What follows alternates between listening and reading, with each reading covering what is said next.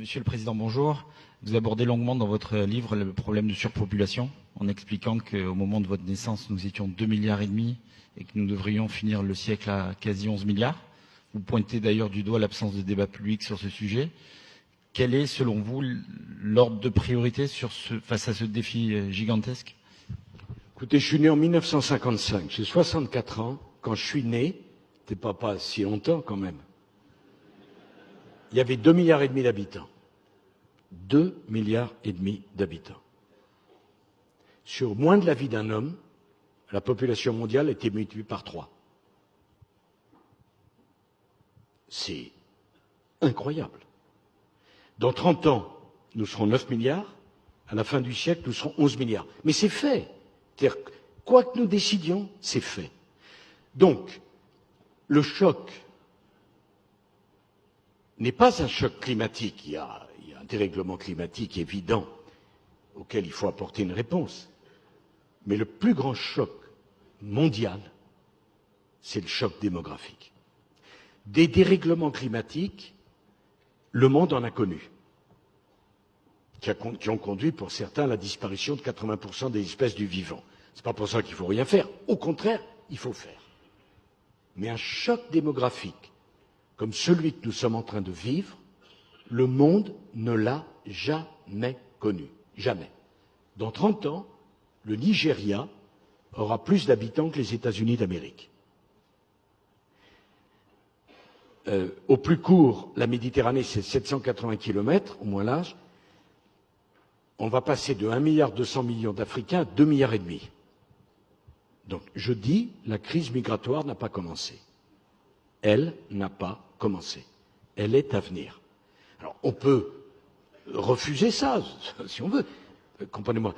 C'est d'ailleurs la première source de pollution, par parenthèse. Parce que vouloir promouvoir le développement durable sans poser la question de l'explosion de la démographie mondiale, ça n'a aucun sens. Je ne sais pas si vous avez été à Lagos, qui n'est même pas la capitale du Nigeria. 22 millions d'habitants. Donc si vous pensez qu'avec le tri sélectif, on va régler le problème de Lagos, c'est que vous n'y avez pas encore été à Lagos. Parce que ma voisine dit ça aidera, certainement. Mais je voudrais vous dire une chose, 22 millions de gens qui consomment bien, ça fait plus de dégâts qu'1 million qui consomment mal. J'ajoute que, on me dit l'avenir est à la voiture électrique. Alors tout le monde, la voiture électrique, formidable. Formidable, formidable. Puis d'abord, il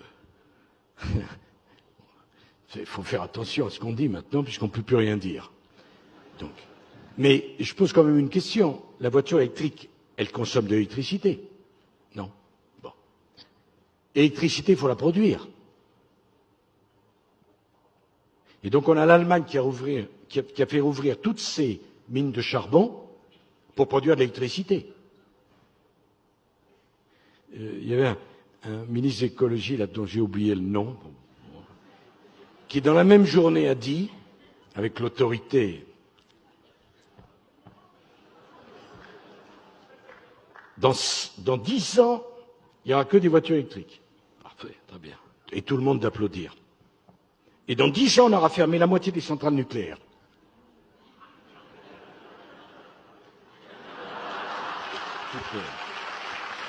Parce que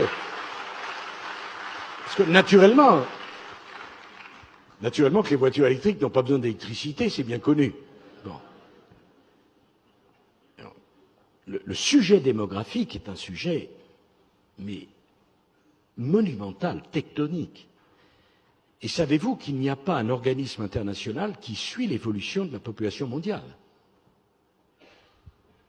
Il y a en matière d'agriculture une dizaine d'organisations internationales.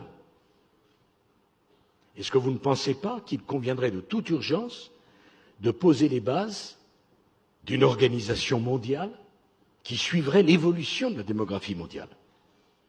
Alors, je ne suis pas du tout pour dire qu'il faut un contrôle des naissances, mais au moins, il faut prendre conscience du problème et essayer de le traiter.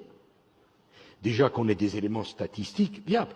les Chinois, et on ne peut pas leur donner tort, ils n'ont plus les moyens de payer leur retraite, viennent de décider qu'on ne mettrait plus en place la politique du un enfant. L'Afrique subsaharienne, la moyenne d'enfants par femme, c'est de l'ordre de 5. Donc, si on n'agit pas très rapidement, on va au-devant d'une catastrophe extravagante. La question, combien d'êtres humains peuvent-ils vivre en même temps sur cette planète? C'est un sujet... J'entends bien les difficultés, le désir d'avoir des enfants, ce que ça peut représenter. Mais est-ce qu'on ne voit pas que toutes les espèces du vivant, un jour, ont vocation à disparaître par surpopulation ou par appauvrissement des ressources? Et est-ce qu'on pense que pour nous, les humains, ça ne se posera pas? Et je suis assez fasciné de voir, à juste titre, la discussion sur le climat et la gêne quand on discute de l'évolution de la démographie mondiale. Alors je vois là, cette jeune Suédoise si sympathique et si souriante. Tellement originale dans sa pensée. Mais la question de cet organisme qui suivrait l'évolution de la démographie mondiale, de la réflexion que nous, les Occidentaux, on doit avoir avant les autres, parce que l'écart entre nous et l'Asie, non seulement ne s'arrête pas, mais ça croît encore. Puisque c'est 4 milliards 800 millions, mais demain, ça sera bien plus. Et dans la foulée, je pense que l'Europe doit de toute urgence se réunir avec l'Afrique pour décider d'un plan d'infrastructure monumental en Afrique, pour essayer d'augmenter le niveau de vie de l'Afrique, parce qu'il semble, je dis il semble, qu'il y ait une corrélation entre le niveau de développement et l'explosion de la démographie. Il semble, enfin en tout cas, c'est ce qu'un certain nombre de gens disent. Et c'est vraiment les sujets passionnants de demain et extrêmement difficiles. Je n'ai pas les solutions, naturellement. Mais ces sujets-là, ils sont tectoniques. Merci beaucoup, de votre Monsieur le patience. Président.